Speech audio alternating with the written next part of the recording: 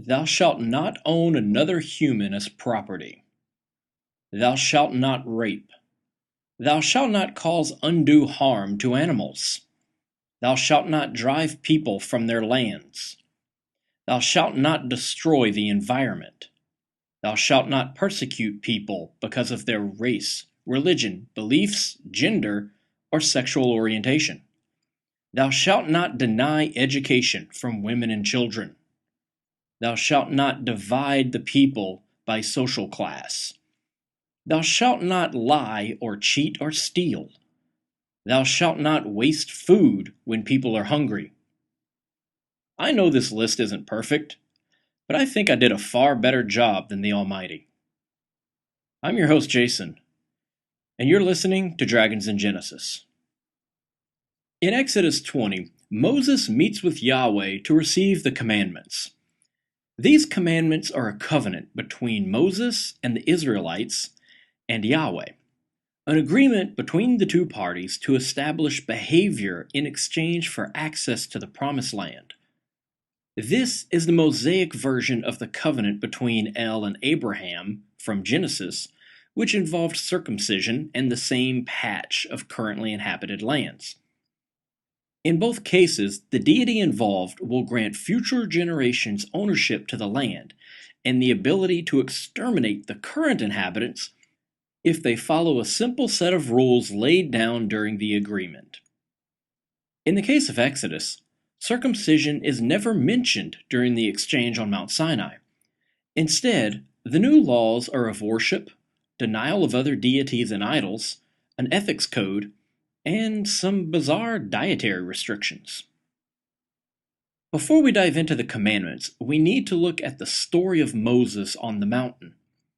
Like everything else in Exodus, save for the origins of the Passover, the story of the commandments has an Egyptian origin, that of Myces, a pagan lawgiver whose stories predate that of Moses by many centuries.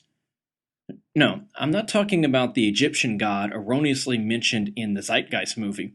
I'm talking about the nickname given to Dionysus. But I'm getting off track.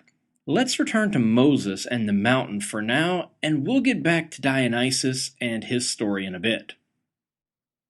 If you're familiar with the lawgiver myths of the ancient world, you'll recognize the common tropes we see in Exodus. A man chosen by a deity, or perhaps a deity or demigod chosen by a higher deity, is set to lead a group of people. Along the journey, that individual goes up a mountain to converse with the higher power, and returns as the divinely appointed king or leader. That king then brings laws to the land. Of course, I'm simplifying this story, and there are some variances from one tale to the next, but if you know one, you know them all. Except for one detail in particular.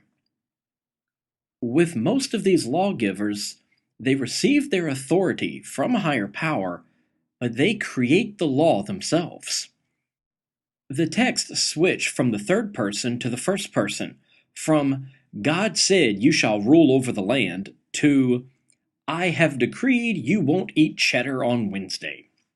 This distinction from divine authority to earthly law is common in these lawgiver stories.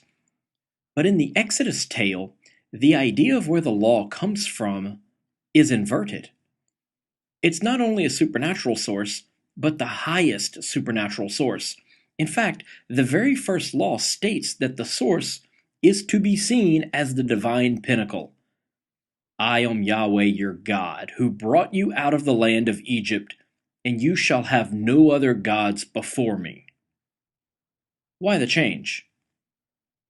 We know these laws didn't actually come from a divine source, or if they did, they certainly didn't come from Yahweh. These are laws that predate the culture. They even predate the scene within the story. Part of the extended law code deals with dietary restrictions in Deuteronomy and Leviticus, but we see Noah observing these restrictions all the way back in Genesis 7:2, when he differentiates between kosher and non-kosher animals. Moses himself flees Egypt after committing murder in Exodus 2:14, so the Egyptians already knew it was wrong to kill a man, and so did Moses. And we can't forget about Cain striking down Abel and then hiding his corpse. So everyone knew the law. But when making up a story about where it came from, why did the Jewish priests invert the story? Because Exodus as a whole is about cultural inversion.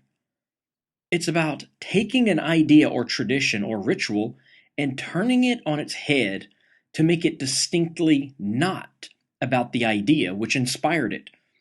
Look at the story of the Hyksos, a Semitic group who ruled over Egypt and oppressed the natives until eventually they were forced out into Sinai and across the desert to the east. That idea became completely inverted and adopted as the cultural identity of the native Canaanites, who then claimed they had been held captive by the Egyptians for centuries, only to be freed by a folk hero and led east to a promised land. Every detail completely inverted and retold so many times that despite mountains of evidence to the contrary, most people in America still believe the ancient Hebrews were once enslaved in Egypt before escaping to settle in Canaan.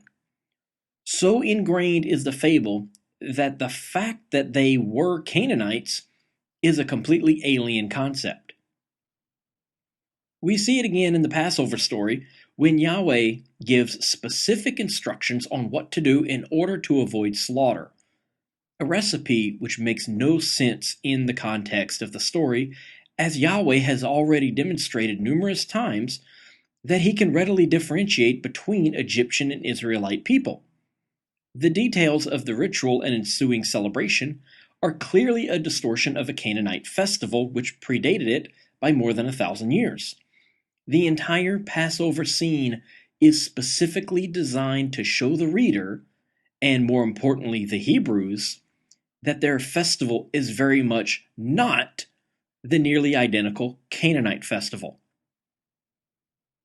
So when we get to the part where they must explain where their law code comes from, a code which very much resembles a list of ethics statements in the Egyptian Book of the Dead, by the way, rather than go with the traditional, God put me in charge and this is the law I invented, the narrator decides to use, God put me in charge and this is the law he gave us.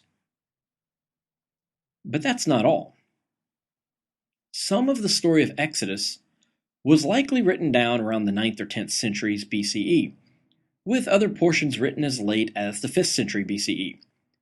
This timing is crucial in the understanding of the motives behind the changes, motives clearly visible in the first commandment. This coincides with the end of the period in which the ancient Hebrews were transitioning from a polytheistic worldview to a monotheistic view. They began as Canaanites with a pantheon of over 70 different gods, headed up by El Elyon and his most prominent son, Baal Hadad. Sometime between the 13th and 10th centuries BCE, they learned of the volcano demon Yahweh from the south and merged him with the storm god Baal. During the following centuries, Yahweh acquired more of the attributes of El until he became the chief god of the Canaanite group we would come to know as the Hebrews. El would later grant the land of Canaan to his adopted son Yahweh, which we see in Deuteronomy chapter 32 verses 8 and 9, who by this time was now seen as a legitimate son of El, having completely replaced Baal in the pantheon, and the chief god El, having taken a backseat role in the running of the universe, has more or less become himself a non-entity. As more time passed, El became synonymous with Yahweh, and the other gods were either likewise absorbed into Yahweh, such as the wives of both Yahweh and El, or they were cast aside. Monotheism was taking root, and the many gods had to be denied. There's no practical way to do this in a traditional ancient society. The Amarna period in Egypt is a perfect example of how that experiment failed. A polytheistic culture had their many gods outlawed by a man who claimed divine authority, and the instant he was dead, the temples to Aten came down. The name was chiseled away, and the pharaoh Akhenaten himself was nearly erased from history. The most drastic change to ever occur in religion in the ancient world, an actual revolution rather than an evolution, lasted only a couple short decades. A man can't kill off dozens of gods and force the populace to worship only one deity. The most powerful man in the ancient world tried and failed. A man simply can't do it. But a god can. As the Canaanites were merging deities and shuffling the pantheon, moving Yahweh ever higher while stripping El of his powers, the concept of monotheism crept in from Egypt. This wouldn't be a true monotheism, not yet, but it would be another step toward it.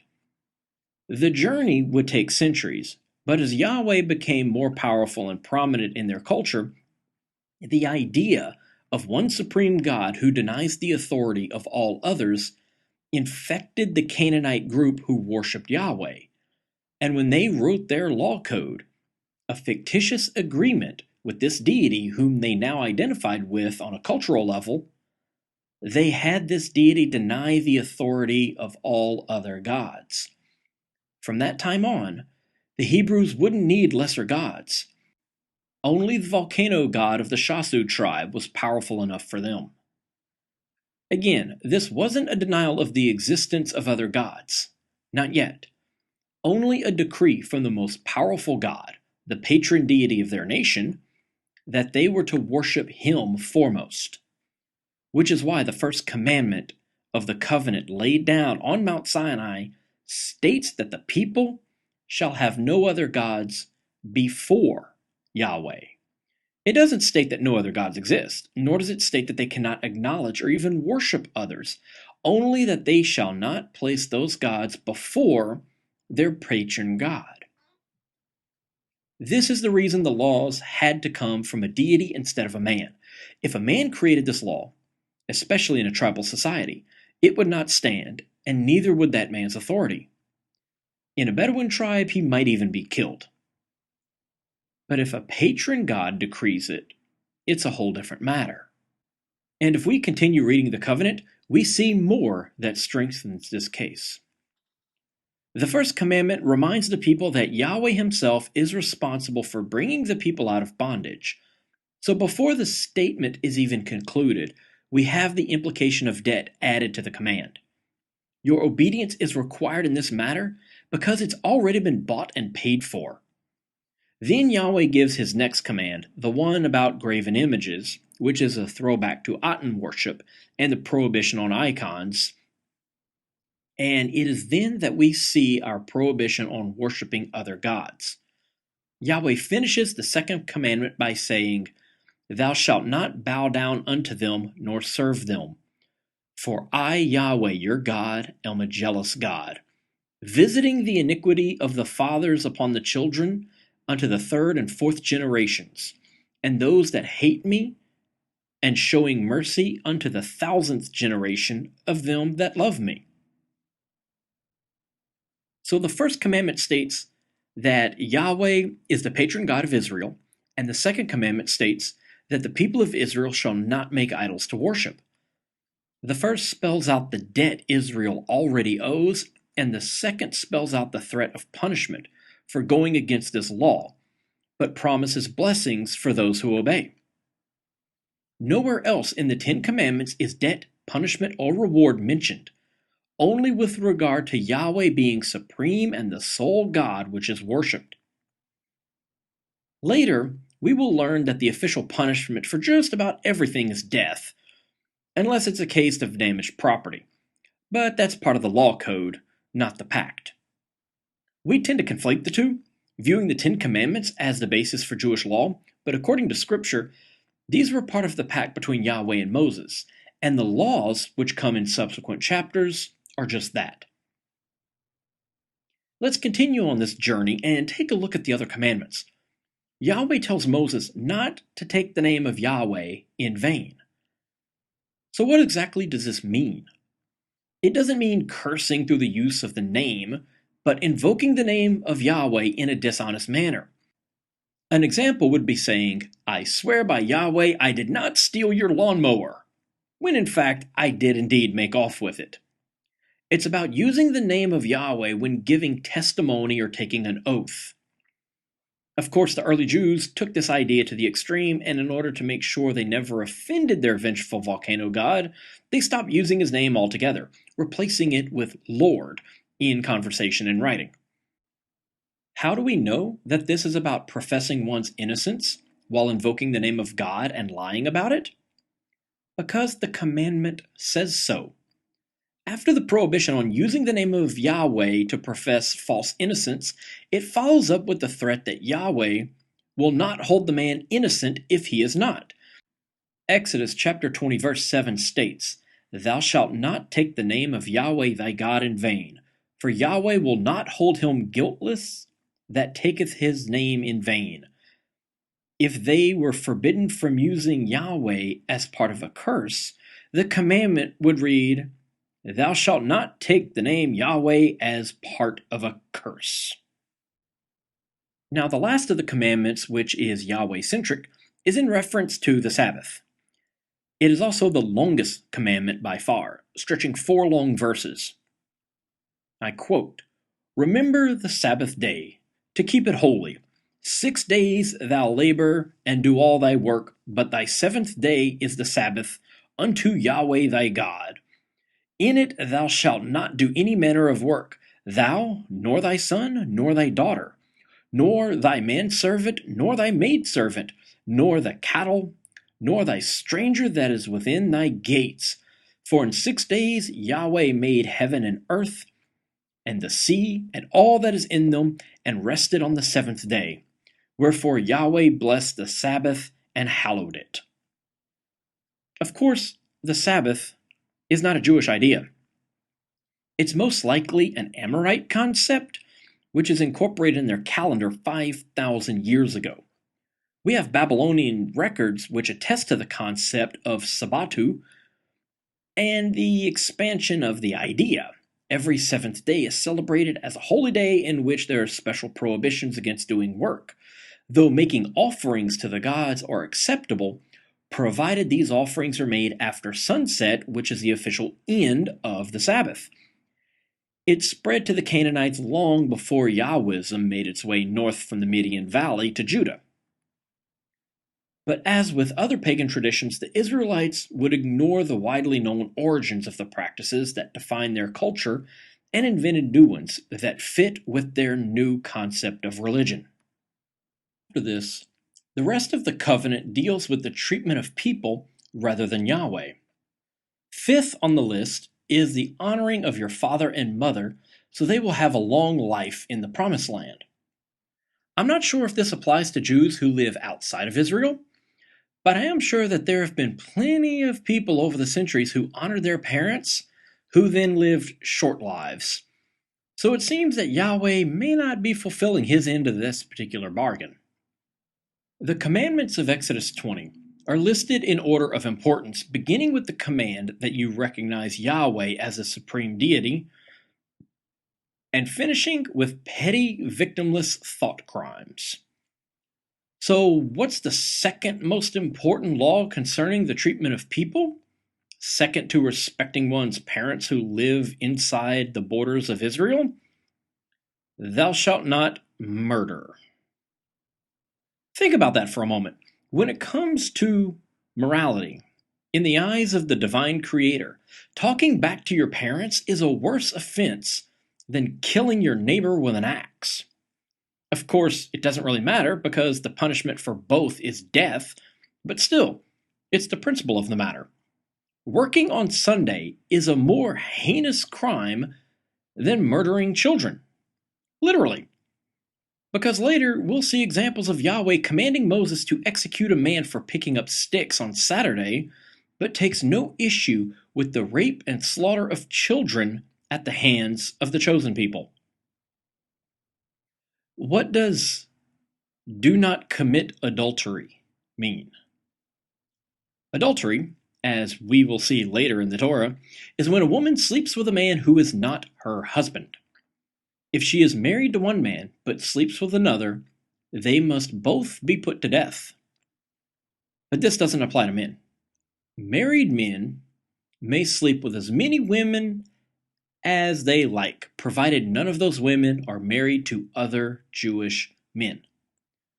And rape is not a crime. It's actually a part of marriage. If a man rapes a woman, she then becomes his wife. But he has to pay her father the bride price since he just spoiled her without the father's permission. But having concubines, sleeping with one's own slaves, or visiting prostitutes is perfectly acceptable. None of these are considered adultery. The adultery portion of the covenant does not address these issues. All of these are later in the civil law code, not the covenant. Only the prohibition of a married woman sleeping with another man, or a man sleeping with another man's wife, are part of the sixth commandment. Homosexuality, bestiality, rape, incest, etc. are all separate issues dealt with in later chapters. Do not steal. This is probably the only commandment that seems to not need further explanation, but it should be mentioned that it meant do not steal from your fellow Jews. In fact, all of these only apply to your fellow Jews. The laws do not protect non-Jews from the acts of the children of Israel. It is acceptable to steal from foreigners, as we saw when the people fled Egypt and looted the cities and temples on their way out. They also go on to steal entire nations from indigenous peoples, taking not only their lands, but their animals, homes, goods, and even their children. Do not bear false witness against your neighbor. This could have been covered earlier when Yahweh prohibited using his name in a false oath, but he felt the need to take up an extra of the 10 coveted slots by separating untruths concerning people and himself. So do not speak a false testimony when swearing on Yahweh's name, and do not give false testimony about your Jewish neighbor. 2 separate laws where there could have been one, like do not lie. I suppose dividing this into 2 separate laws squeezed out something less important, like do not own people as property, or do not rape, or do not invade the lands of another people and subjugate them. But I'm sure Yahweh in his omniscience and benevolence will add these into the law code later. In fact, he has the entire rest of the Bible, both Jewish and Christian, to do so. Spoiler alert, those 3 ethical ideas are not found anywhere in the Bible. Slavery, rape, and conquest are never outlawed by Yahweh. Now we round out the list with the truly bizarre thought crimes. After reading Orwell's 1984, Yahweh got a few ideas and decided to implement them in his covenant with Moses and the Israelites. This last commandment isn't about actions at all, but about thoughts. Do not covet your neighbor's house, your neighbor's wife, his manservant, his maidservant, his ox, his ass, nor anything that is thy neighbor's. So you are allowed to slaughter the Midianites and take all that they own, including their 12-year-old daughters, to be used however the men wish. But if you see your neighbor's fancy new tent and say to yourself, "Gee, I wish I had a tent like that," you've now sinned against Yahweh and can expect his wrath to be visited upon you and your children and your children's children's children. So these are the commandments we're supposed to live by, right? Not quite. Things get a little confusing when we hit chapter 34, after Moses breaks the covenant, shattering the stone tablets on which the commandments were written, and he has to go back up the mountain a second time to get duplicates made. The text tells us that Yahweh commands Moses to carve a second set of tablets and bring them up the mountain so that the words from the first tablets can be transcribed onto the second. Since obviously they must have recorded the commandments word for word, since they're duplicated here in the text in chapter 20, this shouldn't be necessary. But Yahweh commands it, so I guess it must be done. So Moses gets a second set made. And they don't resemble the first set at all. These aren't so much listed out as they are a string of running thoughts from God. He starts by saying he's making a covenant with Moses and that he's giving his commands. Okay, simple enough. Then he states that the Israelites shall not make treaties with those who inhabit the promised land. I'm guessing that's supposed to be the first commandment, but it doesn't really say.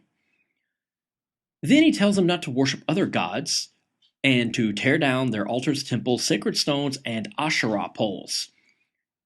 Which, on a side note, Asherah is the wife of El, who has now been conflated with Yahweh. So Yahweh is telling them, hey, all those fancy little poles that you use for my wife, get rid of them. Guess he doesn't like her decorations? Third, he tells them not to sacrifice to other gods. Fourth is to not make idols. Fifth is to celebrate the festival of unleavened bread for 7 days in the month of Aviv. Sixth is to sacrifice the firstborn offspring of every womb. Seventh is to honor the Sabbath. Eighth is to celebrate the festival of weeks and the festival of ingathering. Ninth is to not offer blood sacrifice with anything containing yeast, and let nothing from Passover remain until morning. 10th is to not cook a young goat in its mother's milk. Now that's an important one. Far more important than a prohibition on slavery. Now some say that these are not the second recounting of the commandments. Those are supposedly found in Deuteronomy 5. But I would argue that this is a second set of commandments. Now, why would I say this? Because of the very next line, which I will read in its entirety. Then Yahweh said to Moses, write down these words, in reference to the words he just spoke. For in accordance with these words I have made a covenant with you and with Israel. And Moses was there with Yahweh 40 days and 40 nights without eating bread or drinking water, and he wrote down these words of the covenant, the 10 Commandments.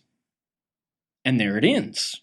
So we have his 10 new laws, which hardly resemble at all any of the commandments previously in Exodus 20, and have such new additions as do not cook a young goat in its mother's milk. So it kind of specifically states that these are the new commandments.